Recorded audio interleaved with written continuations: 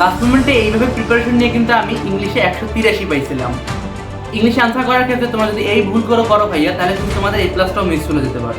আমার সকল ফ্রেন্ডসরা ইংলিশ নিয়ে যেখানে প্যারা খাচ্ছিল, আমি কিন্তু লাস্ট মোমেন্টে এভাবে ইংলিশটা পড়ে ভালো একটা মার্কস ক্যারি করতে পারছিলাম এবং সবার থেকে মোটামুটি ভালো মার্কস পাইছিলাম। ভিডিওটা যদি তুমি শেষ পর্যন্ত দেখতে পারো ভাইয়া, আমি আশা করি তোমার ইংলিশ ফার্স্ট পেপার রিলেটেড আর কোনো কনফিউশন থাকবে না। প্রিয় এসএসসি 26 ব্যাচের শিক্ষার্থীরা, তোমরা যেই সাবজেক্টটা নিয়ে বেশি পরিমাণে আতঙ্কে আছো সেটা হচ্ছে ইংলিশ। তোমরা অনেকেই আমাকে কমেন্ট করছো, ভাইয়া অন্যান্য সাবজেক্টে এ প্লাস নিয়ে চিন্তা না থাকলেও ইংলিশ নিয়ে আমার অনেক চিন্তা আছে এবং সামনে কিন্তু তোমাদের ইংলিশ প্রথম পত্র পরীক্ষা। তো ইংলিশ প্রথম পত্রটা কিভাবে পড়ে আমি ভালো রেজাল্ট করছিলাম সেটাই থাকছে আজকের ভিডিওতে। এবং আমি শুভদীপ সিংহ, আমি 2025 সালে বরিশাল বোর্ড থেকে এসএসসি পরীক্ষায় উত্তীর্ণ হই এবং আমার মার্ক ছিল 1213। তো সেই অভিজ্ঞতা থেকে বলতে পারি, আজকের ভিডিও তুমি যদি শেষ পর্যন্ত দেখতে পারো, তুমি আসলে ইংলিশ নিয়ে আসলে অনেক কনফিডেন্ট থাকবা এবং ইংলিশ ফার্স্ট পেপার এক্সামটা ভালো হলে তোমার ইংলিশ সেকেন্ড পেপারটা অনেকটা কভার হয়ে যাবে, যারা আসলে ইংলিশ সেকেন্ড পেপারে গ্রামার নিয়ে টেন্সটা আছে আর কি। তোমাদের সিন প্যাসেজ থেকে কিন্তু এমসিকিউ আসে এবং কোশ্চেন আসে। এমসিকিউটা তোমরা অনেকে পারলেও কোশ্চেন অ্যান্সার নিয়ে সমস্যা করো। এমসিকিউ এর ক্ষেত্রে জিনিসটা কি কঠিন হয় কোনগুলো, যেগুলো ভোকাবুলারি রিলেটেড থাকে। ধরো এইটার সিনোনিম কি, এটার অ্যান্টোনিম কি, এগুলো যদি জানতে হয় তোমাকে একটু ইংলিশের ভোকাবুলারি এনরিচ হতে হবে। এবং আরেকটা জিনিস, তোমাকে কিন্তু গাইড থেকে প্রিভিয়াস ইয়ারের যে এমসিকিউ গুলো আছে অনলি ভোকাবুলারি রিলেটেড বা সিনোনিম অ্যান্টোনিম রিলেটেড, এগুলো পড়ে যেতে পারো, তাহলে তোমার এই রিলেটেড আর সমস্যা থাকবে না। এবং যত ঘুরায় পাচ্ছে দিক না কেন, এমসিকিউ তুমি 7টার মধ্যে অ্যাটলিস্ট হলো 5টা সঠিক অ্যান্সার করতে পারো, তাহলেই হবে। কোশ্চেন অ্যান্সারিং এর ক্ষেত্রে তোমরা একটা ভুল করো, যেটা কিন্তু আমি আমার কিছুদিন আগের ভিডিওতে বলে দিছি, সেটা হচ্ছে ডাইরেক্ট তোমরা প্যাসেজ থেকে উত্তর তুলে দাও। এইটা কিন্তু সবচেয়ে বড় ভুল ভাইয়া। তোমরা মনে করো কি তোমাদের একটা কোশ্চেন করলো, ওইটা তুমি জাস্ট প্যাসেজ থেকে পাইলা, প্যাসেজ থেকে হুবহুব তুলে দিলে তোমাকে 2 মার্ক দিয়ে। ভাইয়া ইংলিশে কোয়েশ্চেন অ্যান্সারিং এবং গ্রাফ চার্ট এমন দুইটা টপিক যেটা কিন্তু তুমি চাইলে ফুল মার্কস পাইতে পারো, চাইলে মার্কস হারায় 0 পাইতে পারো। এখানে তোমার কিন্তু স্ট্র্যাটেজিক ওয়েতে অ্যান্সার করতে হবে। ইংলিশের যেই কোয়েশ্চেন অ্যান্সারিংটা আছে এইটাকে তুমি একটু অন্যরকম ভাবে অ্যান্সার করবা, এটাকে বলে প্যারাফ্রেজিং। প্যারাফ্রেজিং কি, ধরো তোমার প্যাসেজে যেই উত্তরটা দেওয়া আছে বা যেই লেখাটা দেওয়া আছে, তোমার কোশ্চেনও হুবহুব ওই লেখাটাই চাইছে, বাট তুমি হুবহুব কোশ্চেন থেকে তুলে দিবা না। তুমি কি করবা, অ্যাক্টিভ থাকলে ওটাকে প্যাসিভ সেন্টেন্স করে দিতে পারো, প্যাসিভ থাকলে ওটাকে অ্যাক্টিভ সেন্টেন্স করে দিতে পারো। আবার তুমি আরেকটা কাজ করতে পারো, যেই আমাদের যে কোনো ওয়ার্ড, বিভিন্ন ওয়ার্ড থাকে একটা সেন্টেন্সের মধ্যে, তো ওই ওয়ার্ডস গুলোর তুমি আসলে সিনোনিম গুলো লিখে দিতে পারো। তো ওই ওয়ার্ডস গুলো সিনোনিম গুলো লিখে দিলে হবে কি, তোমার যেই প্যাসেজে যেই সেন্টেন্সটা দেওয়া হুবহুব ওই সেন্টেন্সটা হবে না, হয়তোবা একই অর্থ মিন করছে। এটা অবশ্যই স্বাভাবিক, কারণ তোমার কোশ্চেনে যেটা চাবে তোমার তো অর্থবহ হতে হবে অ্যান্সারটা, তাই না? তো সেক্ষেত্রে তোমার ওই সেন্টেন্স থেকে তুমি লিখবা অবশ্যই, কিন্তু ধারণা নিয়ে লিখবা, পুরোপুরি লিখবা না, প্যারাফ্রেজিং করে লিখবা এবং কিছু সিনোনিম ইউজ করবা। এবং তুমি চাইলে তোমার নিজের ভাষায় অ্যান্সার করতে পারো অন্যভাবে, বাট অবশ্যই এটা কোশ্চেনের সাথে এবং তোমার প্যাসেজের সাথে রিলেভেন্ট হতে হবে। বাইরে থেকে কিছু টাই না বা তোমার মতামত তুমি শেয়ার করতে পারবে না, যেটা দেওয়া আছে ওইটাই তুমি সাজিয়ে গুছিয়ে লিখবা। এখন বলতে পারো, ভাই এত কিছু কেমনে করবো? তুমি তোমার গাইড বা টেস্ট পেপারে দেখবা কোশ্চেন আনসারিং কিভাবে করছে, ওটা মুখস্থ করার দরকার নেই। আমরা কি করতাম প্রথম প্রথম, ওগুলো মুখস্থ করতাম জাস্ট। এটা সবচেয়ে বড় বোকামি। তোমার কতগুলো ইউনিট আছে, তুমি কয়টা মুখস্থ করে পারবা? মুখস্থ করার কোনো দরকার নাই। এবং আমার আমলে আমি এটা ভুল করছিলাম, ইংলিশ ফার্স্ট পেপারের যে প্যাসেজগুলো আছে আমি তেমন একটা পড়ি নাই, ইম্পর্টেন্ট গুলো পড়ে গেছি। লাকিলি এসএসসি হলে কমন পেয়েছিলাম। বাট তোমরা যদি একবার হইলেও সবগুলো রিডিং না দাও, তাহলে দেখবা কি তোমার তো অনেকে মনে করো যে প্যাসেজ দেখে অ্যান্সার দিয়ে দিবে, প্যাসেজ দেখে অ্যান্সার দিয়ে দিবে। এটা আমারও মনে হইতো, ইংলিশ ফার্স্ট পেপার আর কি পড়ে মানুষ। বাট তোমরা একটা জিনিস দেখবা, তুমি যদি একটা প্যাসেজ ভালো করে সার্বিক ধারণা রাখো, তোমার এক্সাম হলে গিয়ে প্যাসেজটা লাইন বাই লাইন পড়া লাগতেছে না। তোমার যদি এক্সাম হলে গিয়ে লাইন বাই লাইন প্যাসেজ পড়া লাগে, তাহলে দেখবা তোমার অনেক টাইম ওয়েস্ট হচ্ছে, কখন কোশ্চেন অ্যান্সার করবা। তো এগুলো বাসা থেকে প্র্যাকটিস করে যাবা এবং মেইন বইতে তোমার যে কোশ্চেনগুলো আছে ওগুলো অবশ্যই সলভ করে যাবা, কারণ ম্যাক্সিমাম টাইমে ওইখান থেকে বা ওইখানে সামঞ্জস্যপূর্ণ কিছু কোশ্চেন কিন্তু তোমাকে দিয়ে দেয়। আর একটা সমস্যা হচ্ছে তোমাদের 3 নাম্বার আইটেম যেটা আছে গ্যাপ ফিলিং, আমাদের সময় যেটা গ্যাপ ফিলিং ছিল আর কি। তো ওই আইটেমটার ক্ষেত্রে তোমরা আসলে মেইন বিটে রিডিং করতে পারো, তাহলে তোমরা ধারণা পাবে যে আসলে কিভাবে ওই ওই গ্যাপ ফিলিং এ কি বসতে পারে আর কি। মেইন বইটা রিডিং করলে প্যাসেজ রিডিং না করলে এটা পারবে না। মানে অনেকে মনে করে প্যাসেজ যদি তুলে দেয় হুবহু প্যাসেজে যে ওয়ার্ডটা দেওয়া আছে ওইটাই দিতে হবে, এমন কোনো কথা নাই। এটা তুমি চিন্তা করতে পারো গ্যাপ ফিলিং উইদাউট ক্লুজ এর মতো, তোমার ইংলিশ সেকেন্ড পেপারের ওই রকম চিন্তা করতে পারো। তুমি যদি অর্থবহ একটা ওয়ার্ড বসাইতে পারো, তাহলে তোমার অ্যান্সারটা কিন্তু হয়ে যাবে। আর তোমরা প্যারা খাও আনসিন প্যাসেজ নিয়ে, ভাইয়া আনসিন প্যাসেজ কিভাবে কমন ফলাবো? দেখো, আনসিন প্যাসেজটার নামেই আনসিন, যেটা তোমার কমন ফলানোর সম্ভাবনা অনেক কম। তো তোমাকে এমন ভাবে প্রিপেয়ার্ড হইতে হবে যে বাহির থেকে আনসিন প্যাসেজ দিলেও তুমি যেন আনসার করতে পারো। আনসিন প্যাসেজের ক্ষেত্রে কিছু কিছু ইম্পর্টেন্ট আনসিন প্যাসেজ আছে অবশ্যই, যেমন টাইটানিক আছে, আমাদের সময় পড়ছিলাম আমরা, শেখ সাদি পড়ছিলাম। এবং তোমরা যেন অবাক হবা, তোমরা যে রিয়ারেঞ্জের জন্য যে আইটেমগুলো পড়ো না, আনসিন প্যাসেজ কয়েকটা যদি তুমি রিডিং করে যাও তোমার রিয়ারেঞ্জও হয়ে যায়। তো ওইখান থেকে মাঝে মাঝে রিয়ারেঞ্জ আনসিন প্যাসেজের অনেকগুলো আছে, বোর্ডের প্রিভিয়াস ইয়ারের যে আনসিন প্যাসেজগুলো আছে ফেমাস ফেমাস গল্প ওগুলাই তোমার রিয়ারেঞ্জে তুলে দেয়। তো আনসিন প্যাসেজগুলো তুমি যদি গাইডের প্রিভিয়াস ইয়ারের কোশ্চেনগুলো অ্যানালাইসিস করো এবং পড়ো একবার হইলো, তোমার রিয়ারেঞ্জের কিন্তু অনেক জায়গাটাই হয়ে যাবে এবং অনেক ক্ষেত্রে কমনও পড়ে যেতে পারে। আমাদের ক্ষেত্রে কিন্তু নেপোলিয়ান আসছিল সম্ভবত, ওইটা আবার আনসিন প্যাসেজেও আসে। তো এই আনসিন প্যাসেজগুলো রিডিং দেওয়ার মাধ্যমে কিন্তু তোমার রিয়ারেঞ্জও কমন ফেলাই ফেলতে পারো।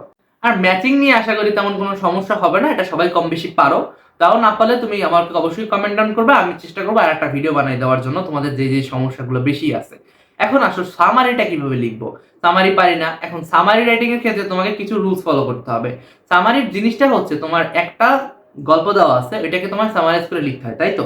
তো এইটার যে আকৃতিটা হবে সেটা হচ্ছে যেই প্যাসেজটা দেওয়া আছে সেটার 1/3 মানে 3/1 তুমি যদি এর বেশি লিখতে পারো বাট আহামরি মার্কস পাবা, জিনিসটা এরকম না। অনেকে দেখছি সামারি হচ্ছে 1 পৃষ্ঠা পুরা লেখে। ভাই তুমি কি এখানে তোমার মতামত কোয়েশ্চেন আনসারিং দিতে আসছো? না তো, তোমাকে সামারি দিতে বলছে যেন ওইটুক পরে একজন তোমার ওই গল্পটা সম্পর্কে একটা সার্বিক ধারণা অর্জন করতে পারে। এক্ষেত্রে তুমি তোমার গল্পের যে আসলে মেইন ক্যারেক্টার ওনার জন্মসাল দিতে পারো। এবং আরো একটা কথা, এখানে তোমাকে প্যারাফ্রেজিং করতে হবে। যেমন মনে করো তোমার দেওয়া হলো যে নেপোলিয়ন ওয়াজ বর্ন ইন অমুক তারিখ, এখন তুমি কি ওয়াজ বর্ন লিখবা? না, টুক বার্থ লিখবা। এরকম কিছু কিছু সিনোনিম ইউজ করবা।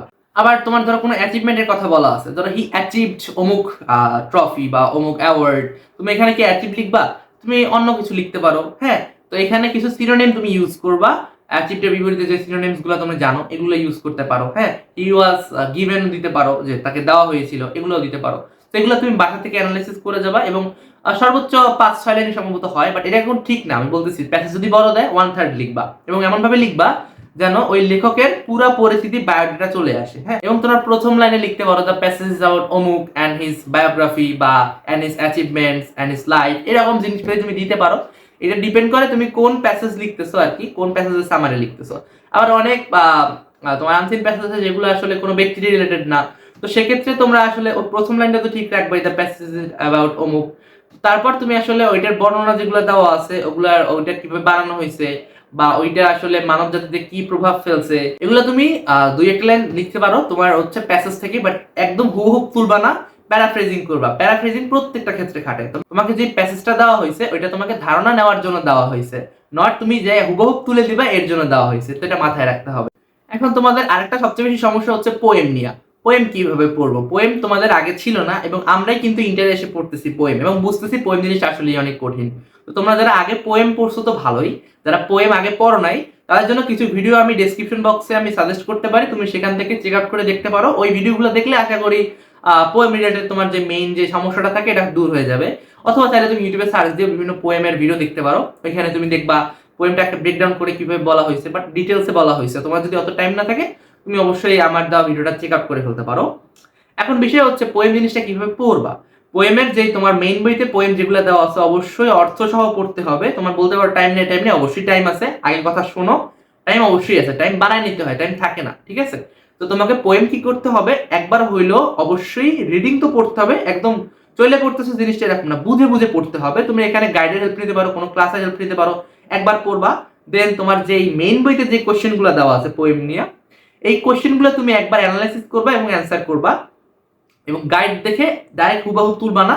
আবারও বলতেছি গাইডের জিনিসটা মুখস্থ করার না, এটা ধারণা নেওয়ার জন্য। তো তুমি ধারণা নিয়ে রাখবা এবং ওই যে পোয়েমটার থিমটা এটা তুমি মুখস্থ করতে পারো। ভাই এটা কিছু করার নাই, থিম অবশ্যই মুখস্থ করতে হয়। আমরাও কিন্তু এখন ইন্টারে এসে থিম মুখস্থ করতেছি, কারণ কি থিম যদি তুমি মুখস্থ লিখতে পারো তুমি ওখানে চাক্ষা মারা মার্ক পেয়ে যাচ্ছ ভাই, এখানে কাটাকাটির কিছু নাই।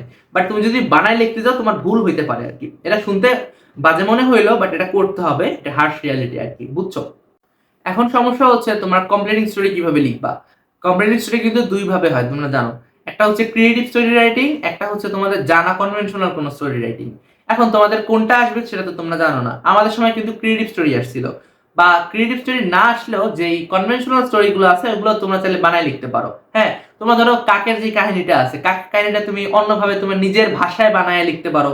এমন ভাবে লিখতে পারো যে কাক আসলে পরিচ্ছন্নতা কর্মী হিসেবে এখানে যোগ দিল, রূপকথার গল্প যেরকম হয় এরকমও লিখতে পারো। এই কাক আসলে ওই যে পাথর দিয়ে পানি উঠাইছে এইটাই বলতে হবে এমন তো কোনো কথা নেই, আছে নাই তো। তোমার কিন্তু কনভেনশনাল স্টোরিগুলো একদম যেভাবে আছে ওইভাবেই লিখতে হবে, জিনিসটা এরকম না।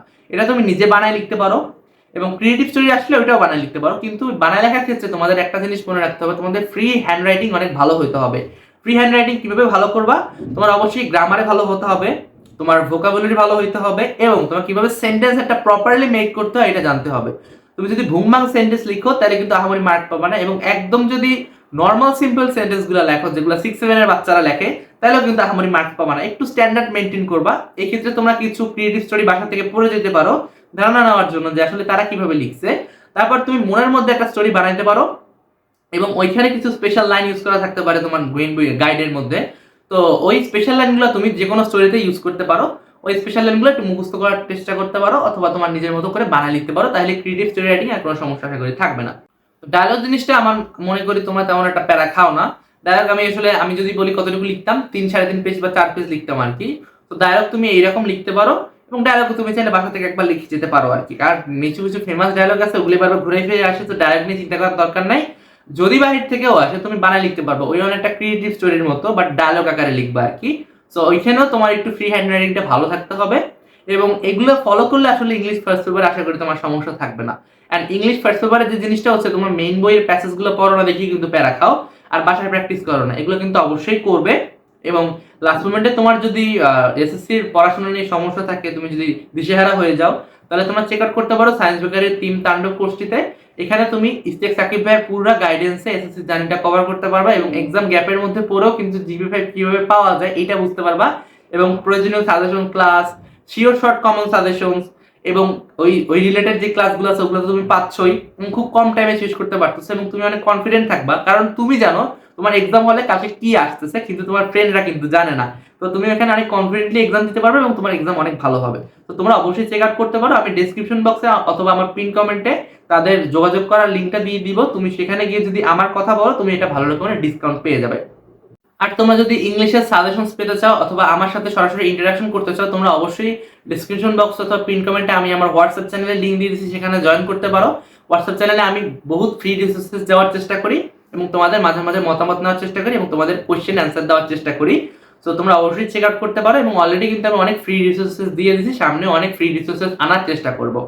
তো আজকের ভিডিও এই পর্যন্তই। তোমাদের যদি আরো কোনো সমস্যা থাকে তাহলে তোমরা অবশ্যই কমেন্ট ডাউন করবা, এবং আমি তো হোয়াটসঅ্যাপ চ্যানেলের লিঙ্ক দিয়ে দিছি, তুমি সেখানেও চেষ্টা করতে পারো আমাকে রিচ করার, এবং আমি চেষ্টা করবো তোমাদের কোয়েশ্চেন অ্যান্সার নেওয়ার। তো সেখানেও তোমরা যদি বলো, আমি তোমাদের অন্য টপিকে ভিডিও বানিয়ে দিব, এবং আরো ইনফরমেটিভ ভিডিও পেতে তুমি অবশ্যই আমার চ্যানেলটিকে সাবস্ক্রাইব করে দিবা, এবং আমি চেষ্টা করবো তোমাদের এসএসসি জার্নিতে যতটুকু হেল্প করা যায় আমার তরফ থেকে ততটুকু হেল্প করতে। So it's me Shubhadeep Singha, signed out.